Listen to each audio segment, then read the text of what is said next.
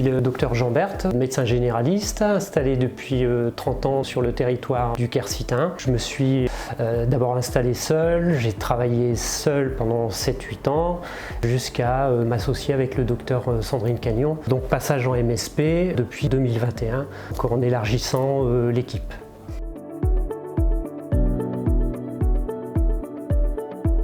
On avait fait le constat avec mon associé qu'on ne pouvait plus continuer à travailler de la même façon.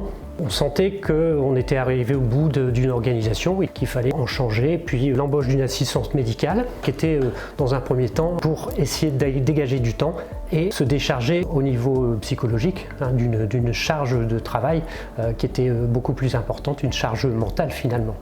On a bénéficié de l'aide financière à l'embauche d'une assistante médicale proposée par l'assurance maladie. C'est un travail de préparation de consultation. C'est d'absorber une certaine charge de travail non médicale, gérer le planning, s'assurer que chaque patient soit bien pris à l'heure, essayer de limiter au maximum l'attente et puis gérer les urgences sans que le médecin soit impacté ou dérangé ou déconcentré. C'est se dégager des charges administratives qui laissent beaucoup plus de temps aux patients.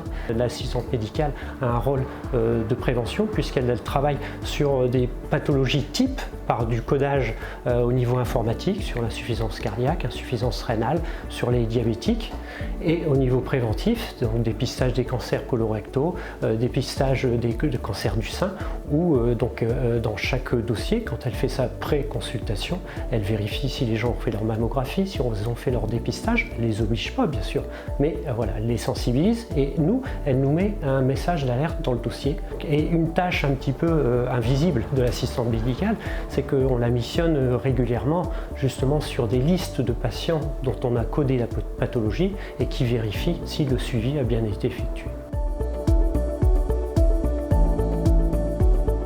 J'ai la chance de travailler avec 2 médecins différents, donc qui travaillent à peu près de la même façon, mais qui ont des personnalités différentes. Donc forcément, on ne vit pas les mêmes journées.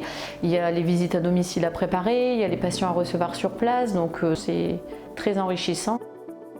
J'essaie pas de me fixer uniquement sur les tâches que je dois effectuer, j'essaie d'aller un peu au-delà et d'avancer dans ce qui peut être fait par l'assistante médicale, donc moi en l'occurrence, et qui peut soulager le médecin, ce qui fait que le médecin gagne forcément du temps de consultation.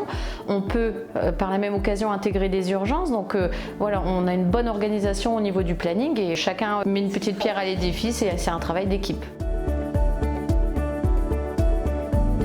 C'est allègement de la charge mentale. C'est aussi s'orienter dans sa pratique beaucoup plus vers la prévention que dans l'aigu. Le fait aussi qu'il y ait une pré-consultation avec l'assistante médicale, c'est qu'il y a aussi le patient décharge aussi une anxiété parce que le patient vient pour des soins mais vient aussi pour parler. C'est parfois des fois le seul lien et le fait que le patient décharge déjà un petit peu d'anxiété, de stress avant notre consultation nous met dans de meilleures conditions et on a une concentration beaucoup plus importante. De temps en temps, je prends cet exemple-là, mais un restaurateur ne peut pas cuisiner, servir en salle, prendre les réservations. On ne demanderait pas ça à un restaurateur, il ne pourrait pas le faire.